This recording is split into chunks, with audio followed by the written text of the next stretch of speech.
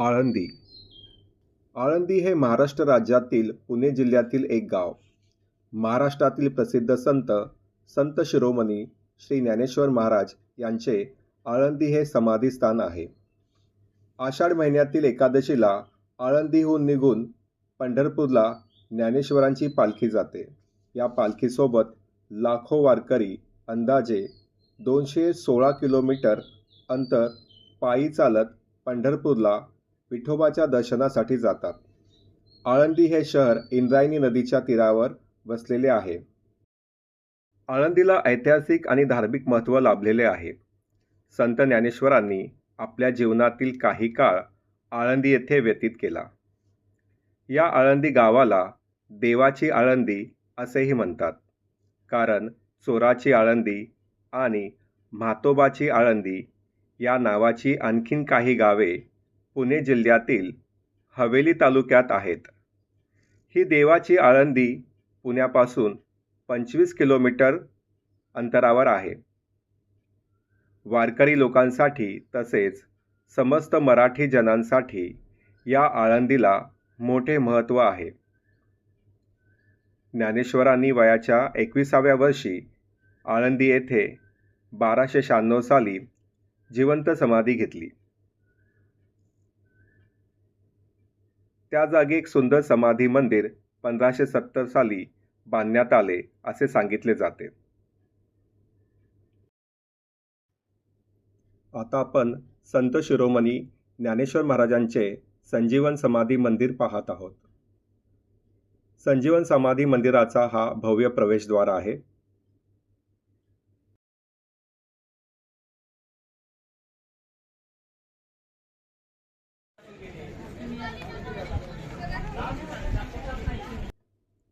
पुण्याजवळ इंद्रायणी नदीकाठी वसलेले आळंदी अर्थात देवाची आळंदी हे महाराष्ट्रातील अत्यंत महत्त्वाचे तीर्थक्षेत्र आहे.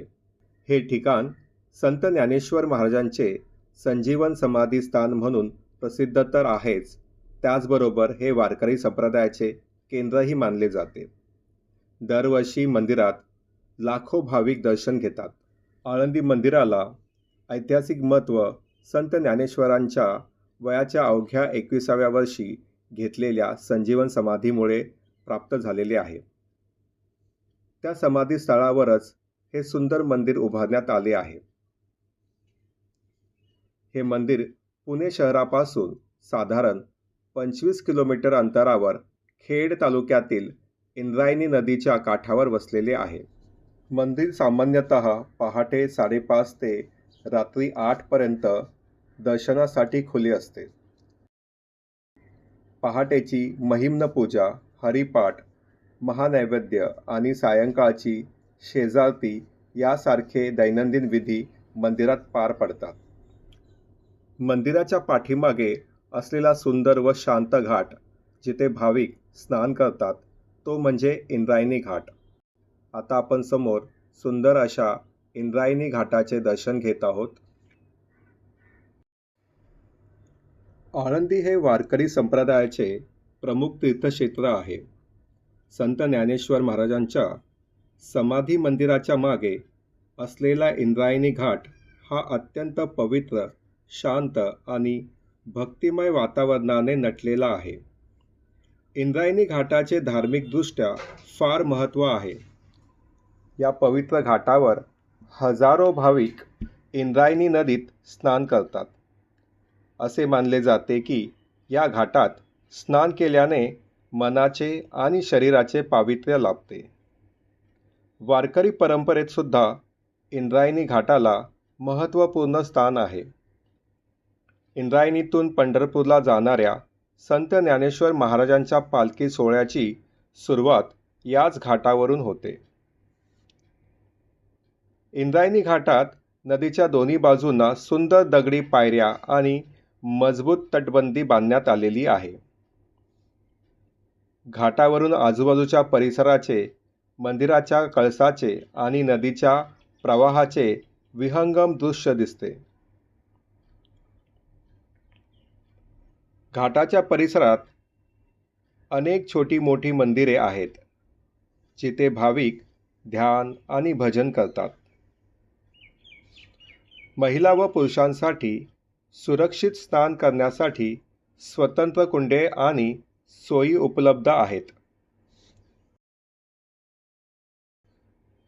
सायंकाळी होणारी इंद्रायणी नदीची आरती आणि महादेव मंदिरातील घंटानाद पर्यटकांना आणि भाविकांना एक वेगळाच आध्यात्मिक अनुभव देतो. कार्तिकी एकादशी आणि आषाढी एकादशी या कालावधीत घाटावर आणि मंदिरात प्रचंड गर्दी असते. आषाढी वारी, कार्तिकी वारी आणि माघ वद्य एकादशी अर्थात संत ज्ञानेश्वर महाराज संजीवन समाधी सोहळा या दिवसात घाटावर विशेष रोषणाई आणि धार्मिक कार्यक्रम होतात. इंद्रायणी नदीचा उगम लोणावळ्याजवळ सह्याद्रीच्या कुरवंटे घाटातून होतो. इंद्रायणी नदी हवेली तालुक्यातील तुळापूर येथे भीमा नदीला मिळते. इंद्रायणी नदी महाराष्ट्रातील अत्यंत पवित्र नदी मानली जाते. वारकरी संप्रदायाचे श्रद्धास्थान असलेले संत तुकाराम महाराज यांची जन्मभूमी व कर्मभूमी असलेले देहू आणि संत ज्ञानेश्वर महाराजांची समाधी असलेले आळंदी ही दोन्ही तीर्थक्षेत्रे या नदीच्या तीरावर वसलेली आहेत. इंद्रायणी नदीच्या काठावरील निसर्गरम्य वातावरण आणि आध्यात्मिक वारशामुळे तिला महाराष्ट्राच्या संस्कृतीत अनन्यसाधारण स्थान आहे.